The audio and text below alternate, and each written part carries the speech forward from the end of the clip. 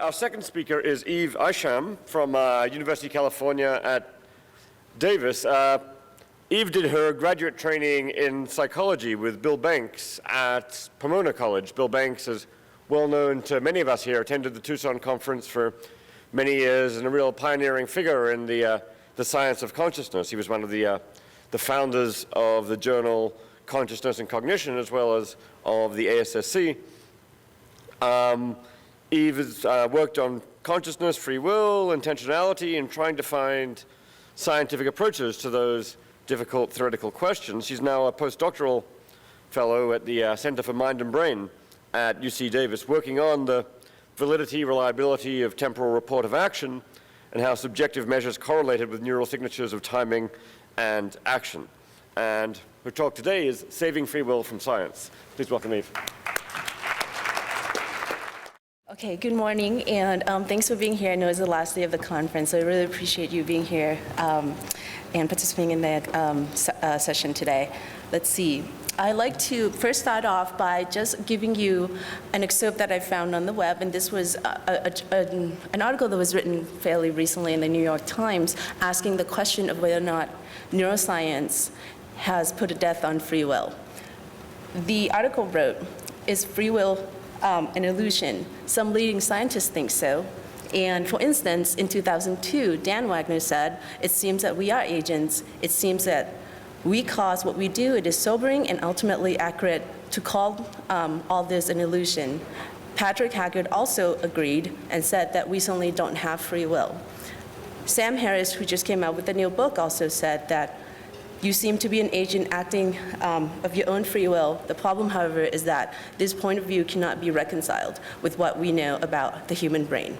So let me stop for a second and ask you whether or not you think there is free will. I don't know if I should actually, ask you to show a hand. Yeah.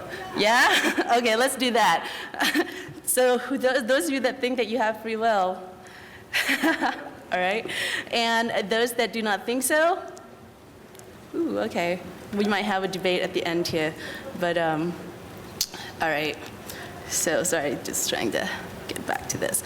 Okay, well, this excerpt that I just read to you captures very well the essence of the current direction of research and the current perspective that neuroscience is the key approach to studying free will.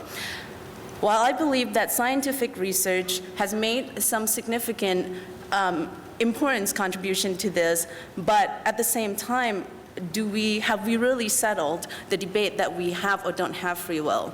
I'm here to propose that maybe we need to do more. Having said that, you might ask, well, what else is there to do?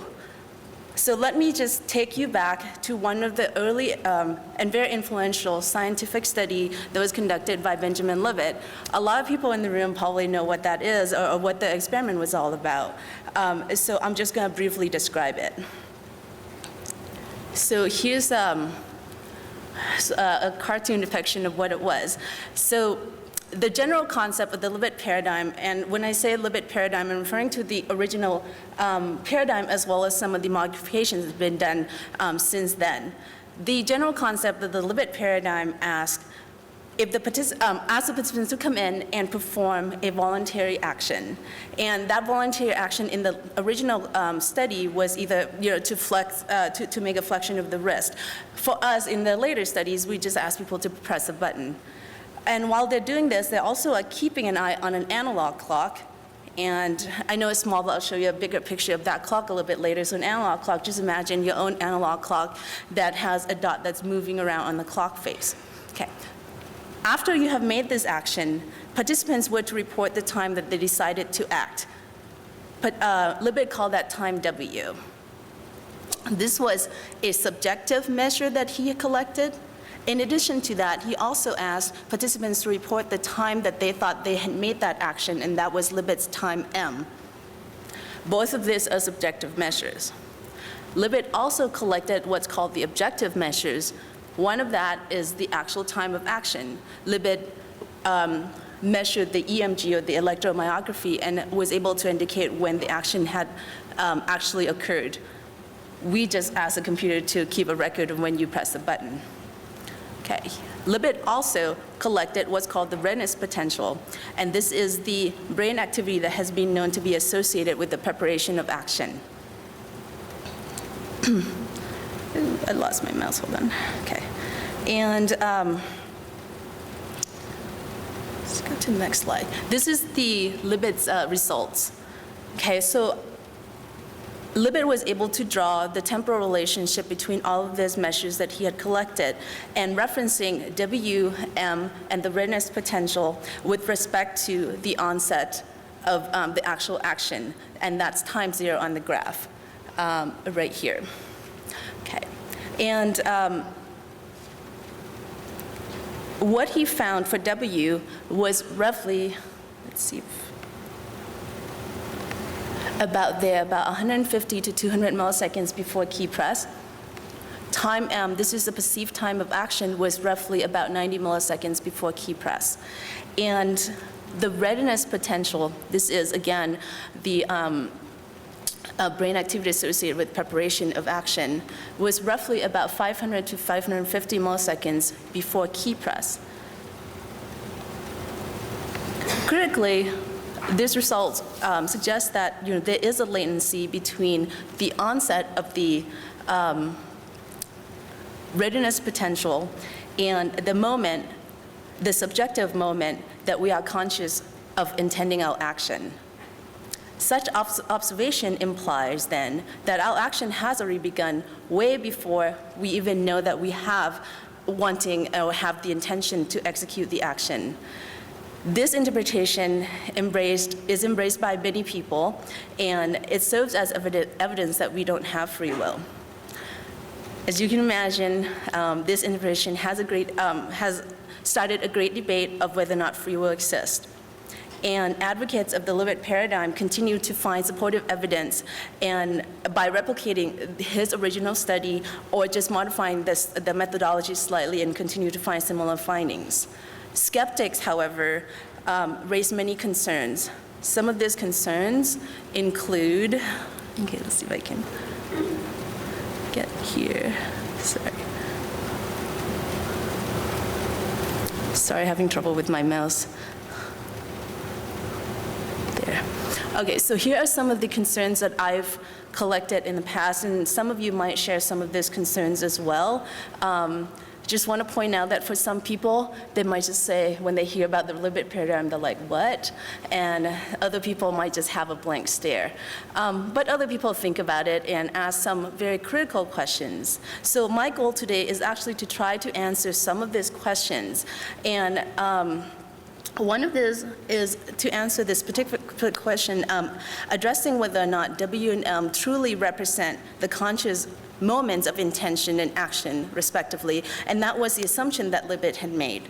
And I hope that the data that I will be presenting to you today will convince that the assumption was incorrect, and that the Libit type paradigm may not be the most optimal paradigm out there to validate or invalidate free will. Okay. If I have time, I also would like to address a related concern, and that's the latency of W, and we'll get to that if we have time to do so. Okay, so first to start addressing this concern, how are W and M generated, and do they represent the true moment of consciousness? We performed a very similar task as the Libit paradigm, but with one modification, and that modification is this. When participants come in and we ask them to perform a voluntary action by pressing a button, we also inserted a tone at the very end. This tone was elicited by the button press, and it was delayed very briefly, and we delayed it systematically at 5, 20, 40, and 60 milliseconds. The purpose of the tone was basically to deceive the subjects into thinking that their key press was instantaneous with the delayed tone. And because the delay was so brief, our subjects were not able to they were basically deceived that, and didn't realize that there was a delay. Subsequently, we asked subjects to report time W as well as M, just like how Libit did it. These are the results. Oh, I'm sorry. Here are some of the hypotheses that we asked. So if W and M truly represent the true conscious moments that's related to action as previously assumed, then we would expect that in this new manipulation, we should expect W and M to remain the same. It should not at all be affected by the tone that comes afterwards. And to expand on that idea, just remember that W is defined to be something that is pre-action, and it's pre-action mental event. So again, a tone that comes post-action should have no influence whatsoever on W. So, okay, so here are the results. I'm plotting here in the same fashion that I had shown you what the Libids paradigm and the results look like. This is Libit's readiness potential. Again, it's about 500 milliseconds before key press. This is Libit's original W, about 150 to 200 milliseconds. This is our W when we delayed the tone that comes afterwards by about 5 milliseconds. It's shifted from Libit's. Again, when we delay the tone slightly to be later at 20 milliseconds, it's shifted even further and further and further. Okay. This shift is very exciting and very important to us because it now suggesting to us that W is probably nothing more than something that we just made up, and we're making it up by referring it to the time that we think we have caused the action. Okay, so the conclusions of this part of the experiment is that W shifts with the presumed time of action, and that we inferred rather than directly perceived the moment of intention. Likewise, when we did this with the data on M, or the perceived time of action, we also see a shift. So Libit's M was this dotted line, about 90 milliseconds, and then when we inserted the tone systematically delayed at 5 through 60, we also see a shift. This shift, although it's, if you plot this line, the shift is slightly shallower than the W, but nevertheless, it still suggests that we are still inferring, at least in part, to the time of the tone. So the summary of this finding here is that M shifts with the presumed time of action, but that we might also rely on something else, something such as tactile feedback, to generate the M report. So now of relying on this idea, on this new thing, that when we're generating M and W report, we actually are doing what's called a retrospective inference. And to expand on this idea, we also asked participants to do a slightly different experiment. In this new experiment, we asked participants to come in and play a game against another opponent, and that opponent was actually a confederate of the experiment. Basically, it was me, and they were told that they're supposed to, both of us each had a button, and we were told that when we see a flash that comes on the screen, to press our own button as fast as we can, just to try to compete against one another. And in a different condition, we also have them play against a computer, but that's not the point of this story. Basically, there's a player who's a participant, and then the opponent. And let's see, so prior to the experiment, the participants were told that they have a tone that is associated with them. That's their own tone. So let's say you get a high beep as a participant. You go, beep, that's your tone. And then the opponent gets a low tone, beep. And we counterbalance those tones. This is sort of the depiction of the setup where you have two people competing against one another. The cover story is this. So they're racing, and they're told that whoever that presses the button first, their tone would sound, indicating who the winner of that race is. And once they hear this, then they are to judge time M. Okay, so that's when the tone comes on, and we delayed it, but that's, again, besides the point of this story. And either the participant's tone is sounded if they were the winner, or the opponent's tone is heard if the opponent was the winner of the race. That was a cover story. The truth, however, is that the participant didn't know this, but they were the only person in the room that was generating those tones, and those two tones were just randomly selected. There was really no winner or loser. It was just the participant was the only person that was able to generate the tone. the tone that belonged to the experimenter, which was me, was just a decoy. We didn't even have it plugged into our system. But there was convincing enough, and this is what the data looks like when they had to judge and report their time of action. By the way, the time of action was their own time of action, so they just reported whether or not they win or lose the game, they still have to judge the time of action. And if you are truly conscious of when you do something, you should be able to accurately report M. This is not what, this is what we found. In the solid line here is when they heard their own tone, so they receive a feedback indicating that they won. They judge the M to be roughly there. And then when they hear someone else's tone indicating that they lost the race, it shifted slightly. Okay, and that's true for both conditions that we tested. When we tested against a human opponent as well as a computer opponent.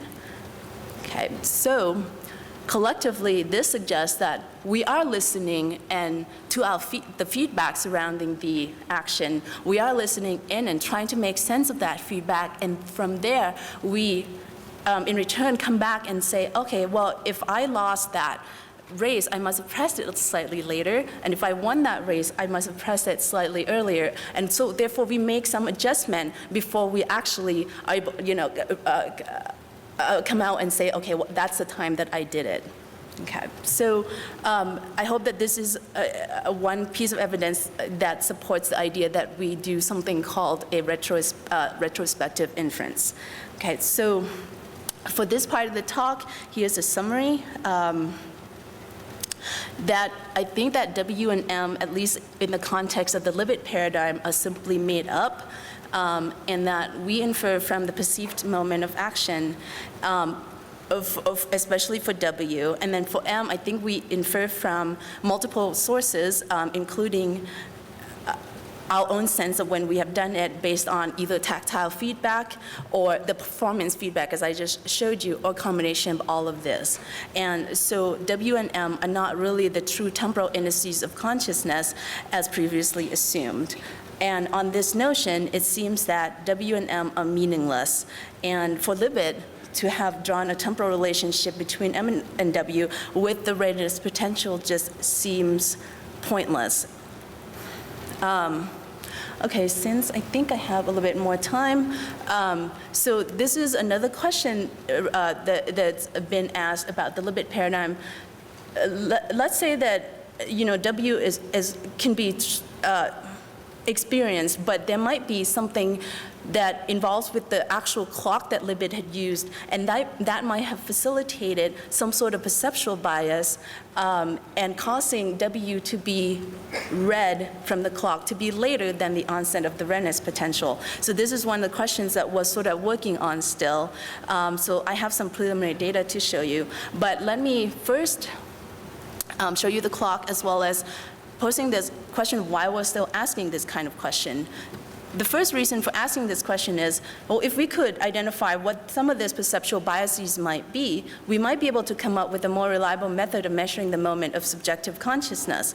And to expand on that, if we could actually if we can identify and then remove some of these perceptual biases, we might actually be able to now ask people to report W and M and observe that W and M may actually be, in fact, instantaneous with the onset of the redness potential or whatever neuroactivity neurophysiology measures that we are collecting. And in that way, it would counter the claim that brain activity precedes consciousness, conscious awareness of intention.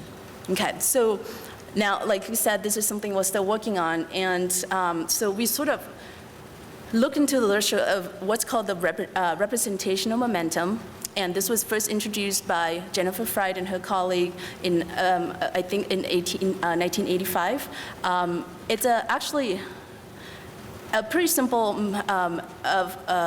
bias, but I think there's some beauty to it. So what it is that it's our tendency when we're looking at something that's moving, it's our tendency to overproject the final position of that moving object along the trajectory that it's going. So like in the Libit clock, you're seeing here on the screen, it's moving along. So let's say that you feel and you experience time W at that number 5 right there. But if there is something called representational momentum bias in there, you might actually report W to be slightly later, like say at time 7 or time 10. And maybe that's why Libit has reported W and M to be slightly later, because your report is biased by this representational momentum effect. Now, a lot of people have already looked into this. So, basically this is not new, but what I'm trying to get at is actually to get to number 2, to where if we could remove some of these biases, could we actually shift W and M to be as early as possible and maybe be as instantaneous as the onset of the redness potential. So, some of the factors that we have looked at so far include what we know from the representational momentum literature. One is velocity. It's been known that if you change the velocity of a moving object, you can either increase or decrease the bias. And so what I'll show you is that we manipulated the speed of the Libit clock. And in addition to that, we also know from the literature of representational momentum that if there's a decline in the ability to detect motion, you might also reduce representational momentum effects. And I'll show you data on that as well. So with velocity, this is where Libid's M is. And Libit used a clock that's moving at the speed of about 2.5 seconds per revolution. So when we use the exact same speed as Libit, and asked participants to report M, we got something that's very close to what Libit found. So that's good that we replicated his findings. Now, when we slow the clock down quite a bit, and that's a typo, but I think it's about 4 seconds per cycle, we found this to be a lot earlier, and people are now reporting M to be a lot closer and closer to the onset of the redness potential.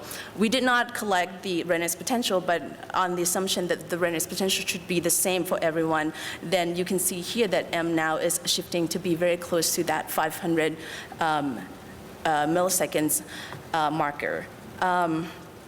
This study was done, and it's consistent with some of the findings in the literature, and you can read up on this as well, and people have reported that velocity has an effect. And we also looked at, again, the decline in motion perception. We made this assumption, or rather, we know that from the literature that older population may have the decline in the ability to perceive motion. So we wanted to see what older populations' report of M is, and is that the same as, say, younger population. In this study, we used the same clock speed as the slower one in the previous study that I just showed you, so at 4 seconds per cycle.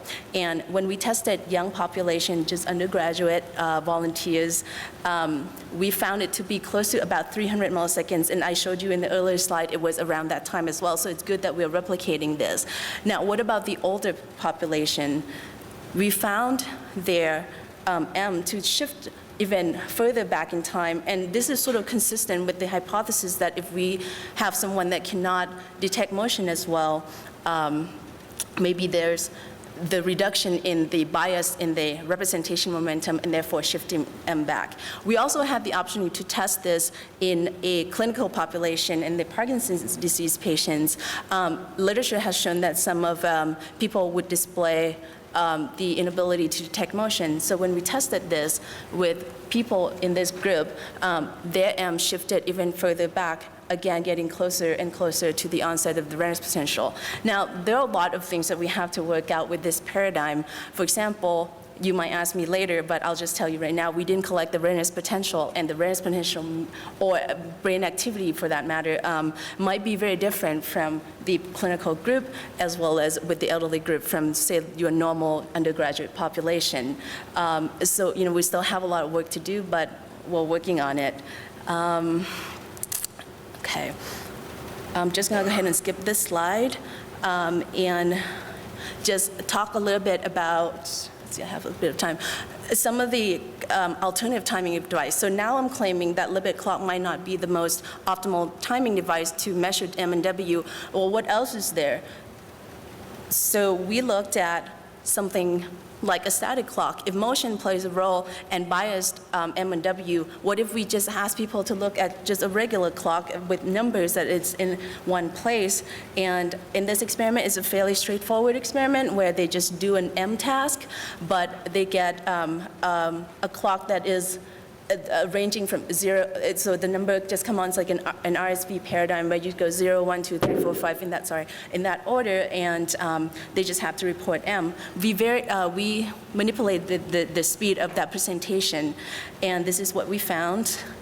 This is Libit's original M, and again, if representation momentum was truly the bias that was embedded in the Libit clock, then by removing that motion, we should see M to shift backwards and getting closer and closer to the redness potential.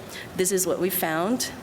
Instead, we found that M is actually a lot later. So can we now say that, okay, our hypothesis about representation momentum was wrong? Well, possibly, but it's also possible that even though the physical motion has been removed, but in this new clock that we're using, you still have some sort of ordering, right? So if you have 1, 2, 3, 4, 5, you could still predict what the next number would be. So it's some sort of a mental or psychological momentum that's embedded in this. So we did yet another clock where we just asked people to do the exact same task, but now we randomize the numbers that come on, so now it's unpredictable. So you get 5, 9, 24, that sort of thing.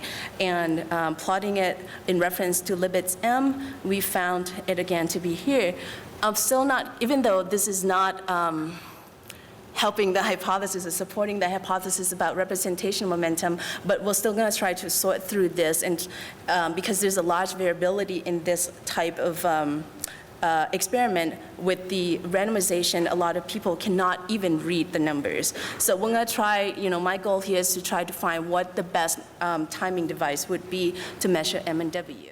If you look at Sue Pocket's work from earlier, she has listed a bunch of things that they tested, and that shows an impact on W and M reports as well.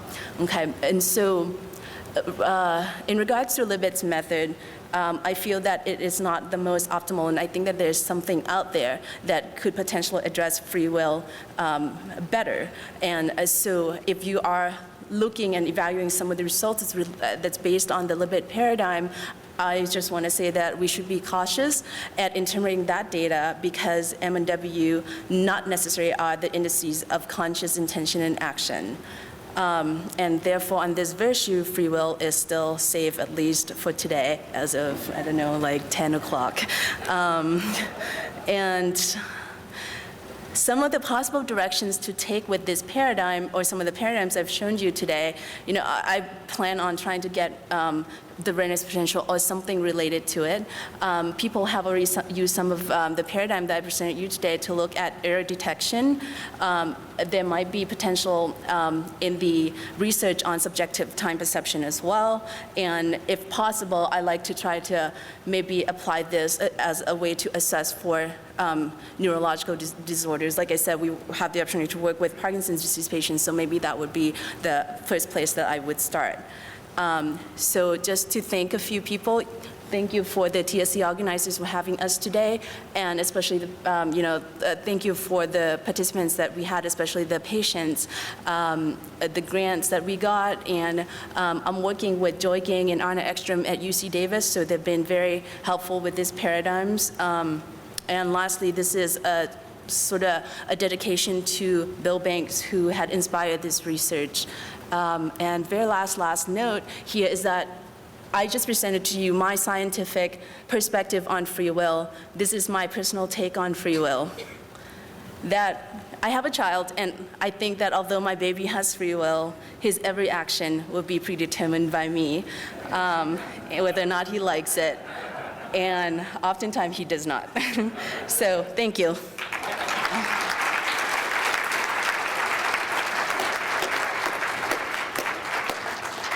Okay, Sue.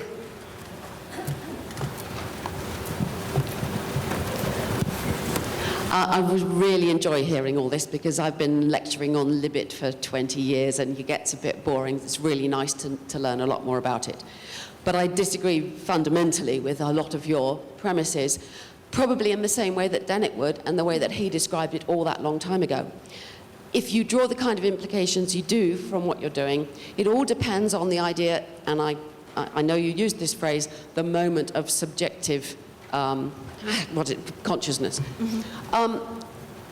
If you imagine that there are two lots of timings, brain timing and mental subjective timing, you are assuming a kind of dualism. There are various kinds of dualism you could have, and you've got all these kind of problems about how on earth one relates to the other.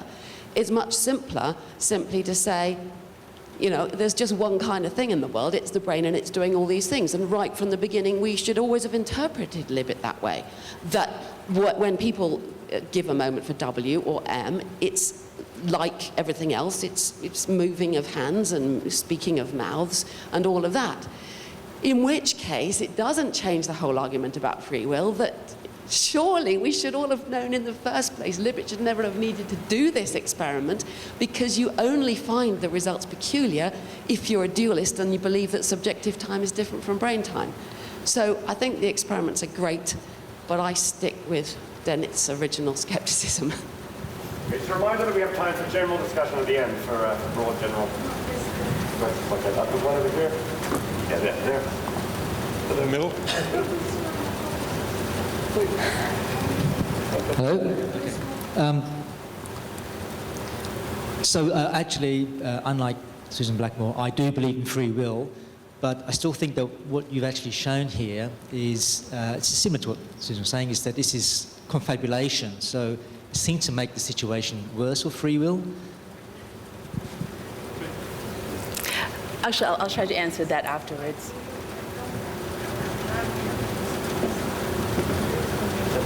Here?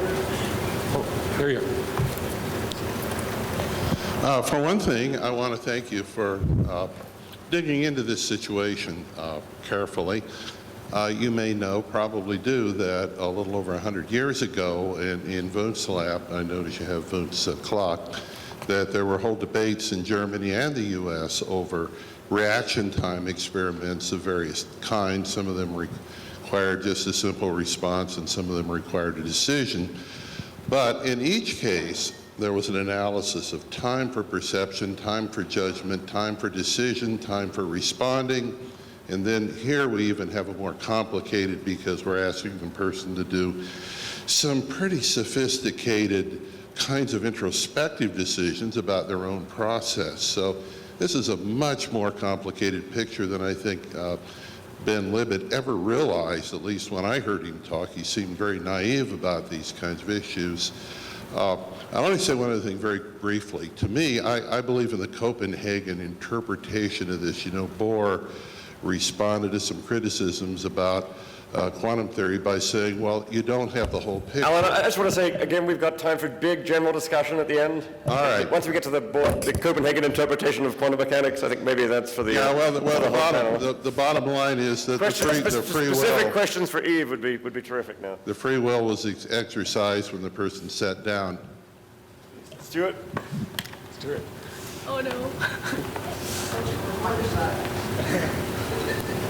So Libit's sensory experiments, nobody talks about as much, clearly showed backward time effects. And yesterday, Daryl Bem gave a really good talk about backward time effects. And if you have backward time effects, you can, your retrospective inference could be real, actually real. And therefore, free will can be rescued by saying the time of conscious intent moves backwards to account for the readiness potential. And when Bill Banks was here, I think it was maybe 4 years ago, presented similar work along these lines, and kind of trying to get rid of free will, I said, well, if you have true backward time effect, would that change your story and would that account for your results? And he said yes. So I think QM in the brain can save free will and also account for Moshe's problem too. So we're 2 for 2 so far as I'm concerned. But I'd like your comment about that. Would actual backward time effects change your conclusions? Oh, shoot. If we do get W and M to shift backwards in time, I would think, and depends on what you're measuring in terms of the brain activity, and if you can map that to be, just right on top of one another and synchronized, I would say that we do have free will because we have the intention, and that thought actually might have caused the redness potential to be observed. That's what would be the answer, a short answer to that question. Okay, do you have any specific questions for Eve on her experiment? It's okay, you don't have to ask me anything. Yes, I appreciate your work that you've done on Libit, and I sort of agree with Stuart on retrocausality, but at a higher level, wouldn't you agree that using the Libit experiment as an indicator of free will is kind of like saying that the CEO of a company has no control because he doesn't control the bathroom breaks of the maintenance staff? I met someone at the conference and they said, if you don't know the answers, to say you're probably correct. You're probably correct. Over there, Linda?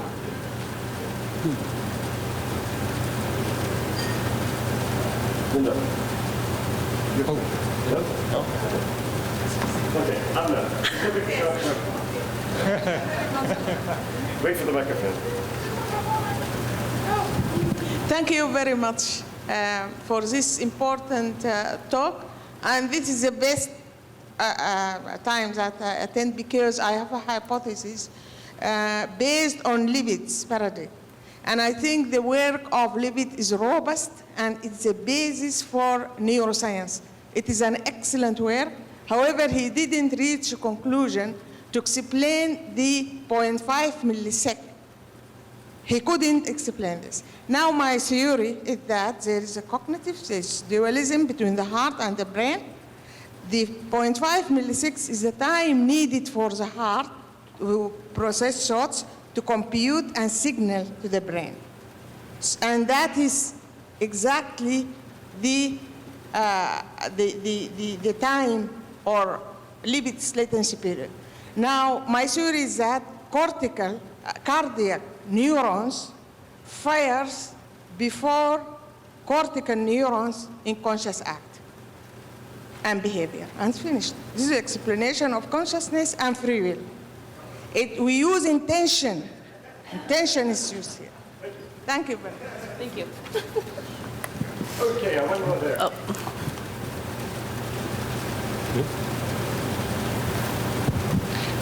The results are cool.